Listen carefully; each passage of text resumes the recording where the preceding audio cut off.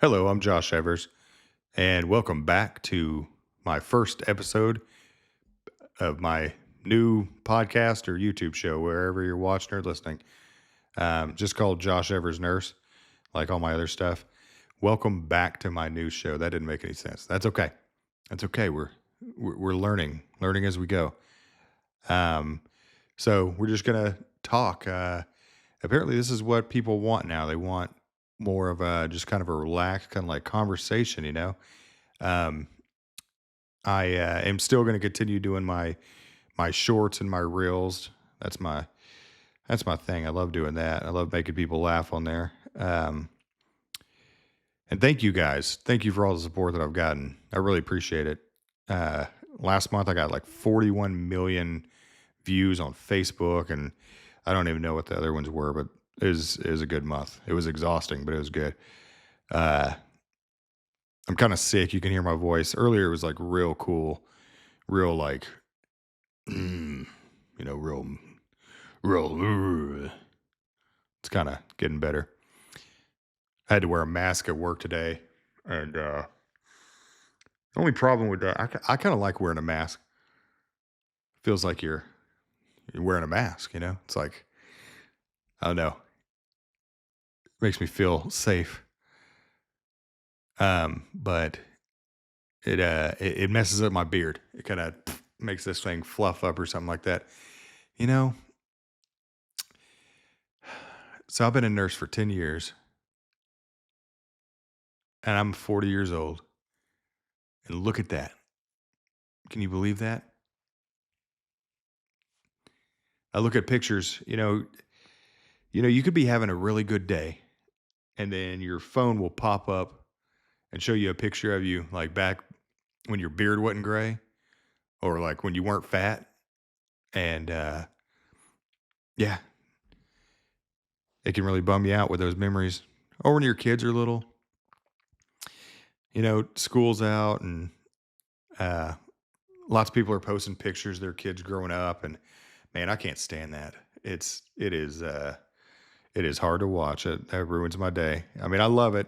I love that they're growing up and they're little before.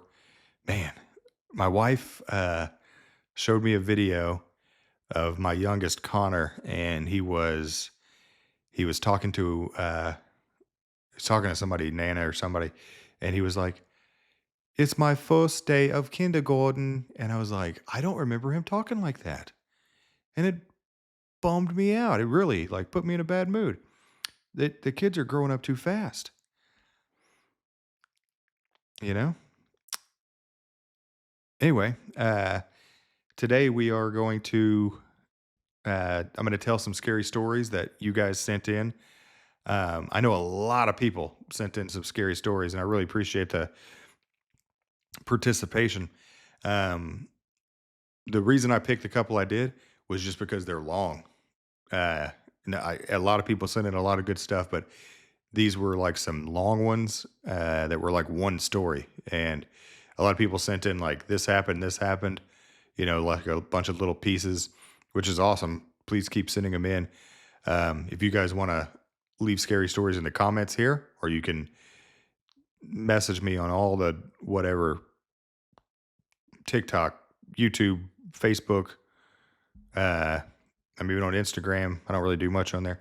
But you can also email josheversnurse@gmail.com. Stories, whatever kind. I'm also doing a segment called Worst Nurses Ever, or Worst Doctors Ever, whichever one I have at the time. Today we're going to do a Worst Nurses Ever. And let's see, what else happened? Oh, we had a meeting at work, and I always love when we have a meeting because that means it's the furthest time until we have another meeting. And let's see, it was, you know, you could tell me that you would give me $1 million if I told you one thing that I was supposed to learn from the meeting the other day. And I don't think that I would get that $1 million. I'll tell you one thing that did happen is uh, I won a $20 Quick Trip gift card. That's funny. So at the end of the meetings, have, I think they call it like stars, and it's where they take some, some good comments that they get from patients or patients' families about the nurses. And the first couple were like, Cheryl or whoever is so amazing, and we just love her, and she's, goes above and beyond and is always on time, and everything's perfect, and she walks our dog, and she early diagnosed a melanoma and saved my life. Not really, but just they're so amazing. And then then the next one is the same thing, just such an amazing nurse, and everything they do is wonderful. And then the third one was, and Josh is a good guy, and that's all it said is Josh. Josh is a good guy, and then you put all the stars' names into, draw them out of a hat, and I won because I'm a good guy. Yeah. Anyway, we can go ahead and do our first segment. World's Worst Nurse. Okay, on this first episode of World's Worst Nurses. Okay, we're going to talk about. Okay, so there is a hospital in Oregon, and the ICU patients that were getting fentanyl started saying that the fentanyl wasn't working. Okay, and it started to be a trend, and people started noticing it. And the next thing people started noticing was that there was a huge spike in central line infections. So, like PICC lines, and that's a big deal. If you don't work healthcare, you still kind of know that's kind of a big deal. Imagine there's a IV coming out of your right arm and it going basically straight into your heart, like right outside of it. And the spike was like, they might have one or two. They had 44. So that's a big spike, that's something that's going to throw up some red flags. And it did. And so they started an internal investigation. And they started noticing, like, okay, so everybody that got these infections are in the ICU. They all got fentanyl.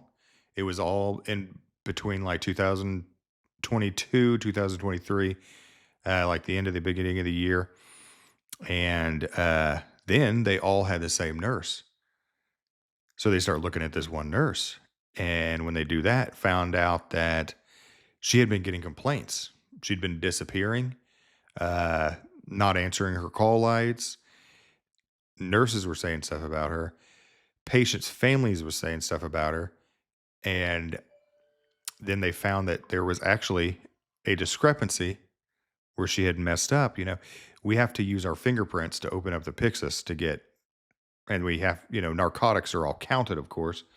Well, there was a discrepancy. So this internal investigation with the hospital turned into a criminal investigation, and they reported this nurse. And in June of 2024, 36-year-old nurse Danny Marie Schofield was arrested and charged with 44 counts of second-degree assault, and her bail was set at $4 million, which I don't believe she paid. I would guess she just stayed in jail. So what was going on was she was, I'm guessing she was a drug addict. Okay. So she would take the fentanyl for personal use, and she would fill the fentanyl vials back up with tap water. Okay. She's working in an ICU. She has access to sterile water. She has access to saline. That's what I would have used. But instead she uses tap water, which, once again, you don't have to be a medical professional to know that tap water is bad for you. I don't drink tap water. She's putting tap water into people's veins, central lines, straight into their heart, full of bacteria. So you have to think, like, was she just a drug addict? Was she just careless? Was this negligence, or was this like malicious? Like, is she, just an addict, or is she a serial killer? because 44 patients got central line infections. 16 of them died. Allegedly. All this is allegedly, right? So the survivors, the patient's family members, they all decided to sue the hospital because there should have been better order keeping not allowing for something like that to happen. That's kind of crazy for that to go on for that long. So the hospital got sued for $300 million. You can look up this story. It's kind of crazy. Her name's Schofield. And that is our first episode of World's Worst Nurses. So tomorrow, when you forget your patient's coffee or you're like a little late bringing in their pain med, don't feel so bad. Don't beat yourself up. It could be worse. All right. And our next segment is going to be brought to you by Stink Balm Odor Blocker. Stink Balm Odor Blocker is made for nurses by nurses. It is a product that I love, that I use. All you do, you pop this bad boy right here. This one is Irish cream. It smells amazing. See, I go into people's houses. People's houses smell like cats and dogs. And, I'm not allergic to cats, but I am allergic to 40 cats. And sometimes that's what I am messing with. So I use Stink Balm. If you go to stinkbalmodorblocker.com and you put in Josh10, you get 10% off. And also, they got like awesome little packages and gift sets and stuff. So good for Nurses Week, good for holidays, good for whatever. Stink Balm is awesome. So this next segment that's brought to you by Stink Balm is called What is the Worst Thing That I Smelled This Week? Okay. The worst thing that I smelled this week was this gray towel in our bathroom. All these gray towels stink. All them gray towels stink. We need new ones. I'm going to use that one a couple more times and maybe I'll throw it away. Probably not. All right. So don't forget to like and subscribe and follow. And I think they're changing the thing here on YouTube where it's like subscribe and subscribe plus. So that's like the one that you pay for. I don't do, you don't have to pay for nothing. It's all free. Yeah. So let's see. Next thing we're going to do is we're going to read some scary stories that you guys sent me. And they're awesome. Okay. So thank you. So this segment is called Midnight Rounds. Okay. So this first one is from Julia in Arizona. Okay. So, hi, my name is Julia, and this is a story about the first time that I worked at my current hospital I'm working at. I started out working on the 9th floor. Turns out it had a reputation. So I was at the nurse's station with Danny. Danny, it's a world's worst nurse. With Danny, another night shifter like me. Both of us were catching up on charting. We were parked just outside of room 902. Now, room 902 had a reputation, so much that nurses and doctors had actually charted hearing things in their reports.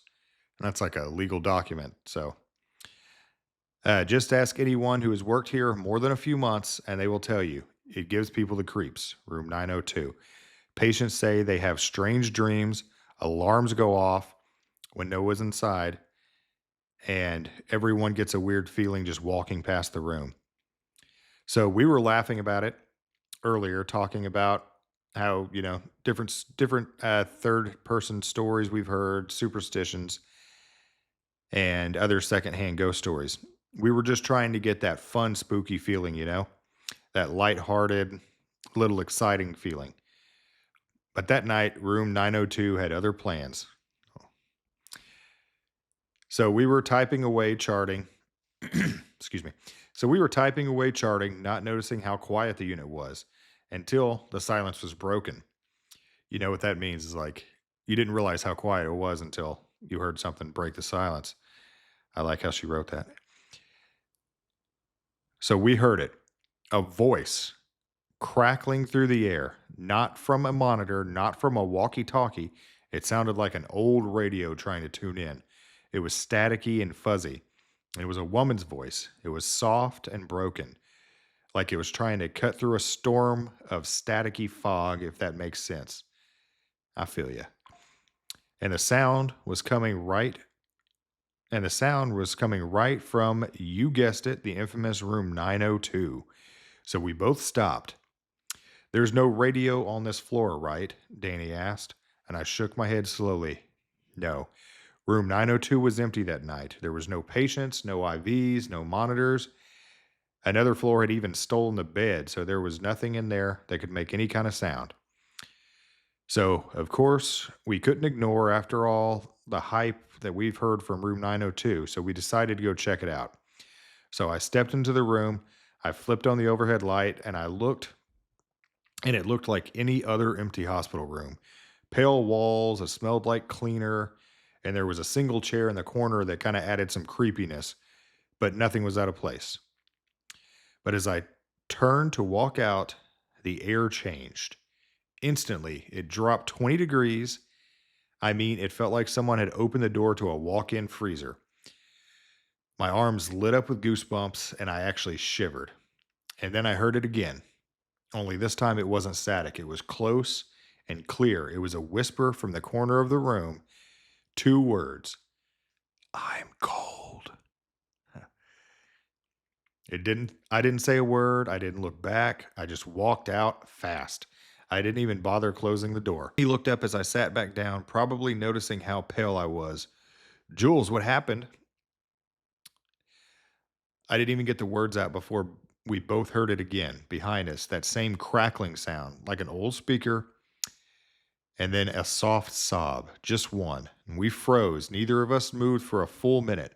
I remember feeling the hairs on the back of my neck stand up like someone was standing directly behind me, breathing on me. Eee. That's when Marlene, one of the older nurses, walked by and glanced into the room like she'd heard it too. She said, "Y'all be careful, room 902 is acting up again."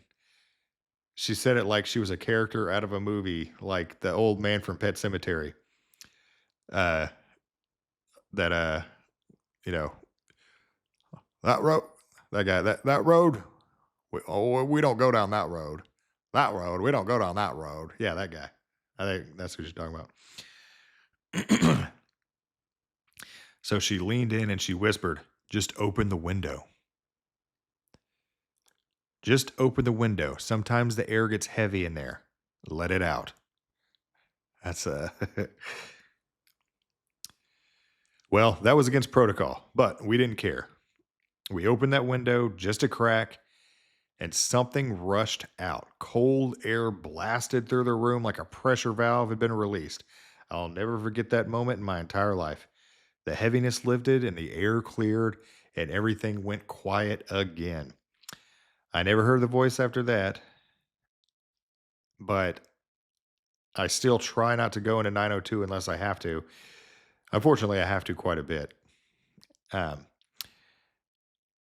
Sometimes a new nurse will walk by during a night shift and say they heard something, or what's up with that room, or somebody say they hear whispers, or they'll feel breath on the back of their neck, or someone saying softly from the corner of the room, "I'm cold." I'm cold. That's creepy. And I just say, "Yeah, that's room 902." Thank you, Julia. That was a cool story. Okay. And the next story. I like the name of this story. It's called "How Much for That Doctor in the Mirror?" Okay. Okay. "How Much for That Doctor in the Mirror?" It's got a title. It says, "I used to work night shift at a small rural hospital in the Midwest, an old place, underfunded, you know, the type. Half the stuff didn't work. The walls were the same faded beige since the 80s, and it was obviously haunted. Obviously. So there was a doctor named Dr. Wynn, and everybody talked about him like he was a legend. He was an internist. He was super quiet, no drama, no scandals or hookups. He was just the kind of guy who always showed up, did his work, and didn't make a fuss. Apparently, he was amazing. He had worked there for over 30 years before dying in 2011. And just like that, everyone said it left an empty feeling to the floor after he was gone. Okay, so they hung up a little framed photo of him in the ICU hallway. Nothing fancy, just a nod to a good doctor. So I'd been working there for maybe 6 months when it happened. And I had a patient crashing hard, intubated, septic, maxed out on pressors. And I had just gotten through a rough shift and I was still rattled from that. And I understand all that feeling. Um, I needed a minute to breathe, so I ducked into the old staff bathroom near the nurse's station. It was a weird little room. It was dim, fluorescent light, kind of flickery, and the mirror had this weird rippling effect like the silver backing had started to peel or something. Like classic scary movie looking. Gotcha. So I was washing my hands, not really looking at anything, when I glanced up and there was someone standing behind me. I saw him plain as day, a man in a white coat. He was like mid 50s, wire framed glasses. He had a calm expression and he was just there. So I spun around so fast I actually slipped on the tile, but there was nobody there. I stared at the mirror. Nothing now, just me, breathing heavy and heart racing. But as scared as you'd think, but sorry, but not as scared as you'd think. I saw his face perfectly in my head, and it almost made me feel calm. It was weird. I can't really explain it. I told my preceptor, mostly to laugh it off. I figured maybe I was tired, stressed, whatever, but she didn't laugh. She got quiet and said, "Did he look like he worked here?" I paused. I said, "Yeah, like he could have been a doctor, but he looked nicer than most doctors, and he felt almost familiar somehow." Okay, so she walked me out to the hallway and pointed to a photo of Dr. Wynne. I went cold. I said, "Oh, goodness." Turns out I wasn't the first person to see him. Over the years, plenty of nurses, residents, and some RTs had said they'd at least caught a glimpse of him. Always in that mirror, always quiet, always calm, just watching. So here is the weird part. And maybe it's just coincidence, but every time someone saw him, every time someone saw Dr. Wynne, one of the patients who was circling the drain made it. Like they pulled through against the odds. Like someone stepped in and said, "Not tonight." People that didn't know him called him the Mirror Doctor, and those that did called him Dr. Wynne. I felt like I should too, considering the way he made me feel that night. Oh. That bathroom's been remodeled now. New lights, new mirror. Doesn't feel the same, but every once in a while when I walk past it during the night, I swear I feel like Dr. Wynne is in there. He's still there, watching and still making rounds. Well, thank you. I don't know if you said your name on there. That is it's not that's not even a scary story. It's like a nice story. Dr. Wynne is still saving lives.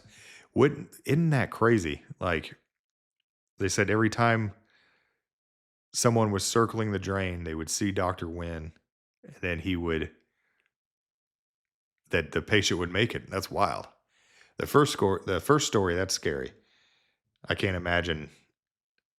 I mean, I've seen a couple of weird things in the hospital. Everybody's got a couple stories, but nothing like hearing "I'm cold" in the corner. That's wild. If I did work in a hospital and I heard something like that, I would probably stay.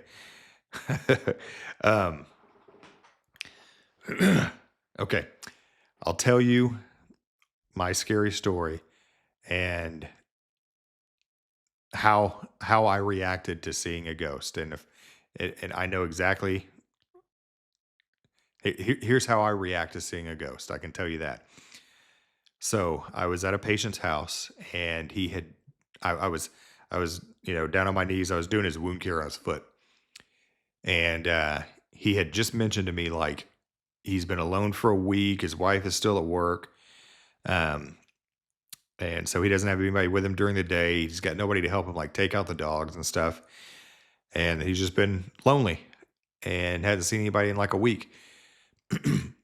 And so I'm sitting there, I'm doing his wound care, and as he's talking, I start hearing footsteps behind him, which is like kind of like a dining room area before the kitchen, right there. And there's a doorway to it and a wall, and I hear footsteps. His house, um, it was made in like it was built in like 1920 something. So it was an old farmhouse, and I've told him a million times, it's like your house looks like a straight up haunted house from a movie, and it does. And so I'm sitting there, and I start hearing these footsteps in the kitchen, and I'm telling you, like, I can almost feel them like through the floor. And I'm like, oh my goodness, there's no way this is actually happening. My senses are like tingling. My peripheral vascular system is affected. And, I'm goosebumps and my ears are hot. Like, I feel like I'm going to cry. It's crazy. Like, this is actually happening. I'm hearing a ghost, and I can't hear him anymore. I'm looking up, I'm looking through that doorway, and it's still happening. There's still footsteps, and I am freaking out. And then what I can see through the doorway is it's like a china cabinet with glass on the doors, and that's all I can see. As I'm hearing these footsteps, I see the reflection of a woman, an old woman walking by, and I see it on the panes of glass in the china cabinet. And I'm telling you, my blood is boiling. Okay. And then that old woman walks in the room, and it was his mother-in-law.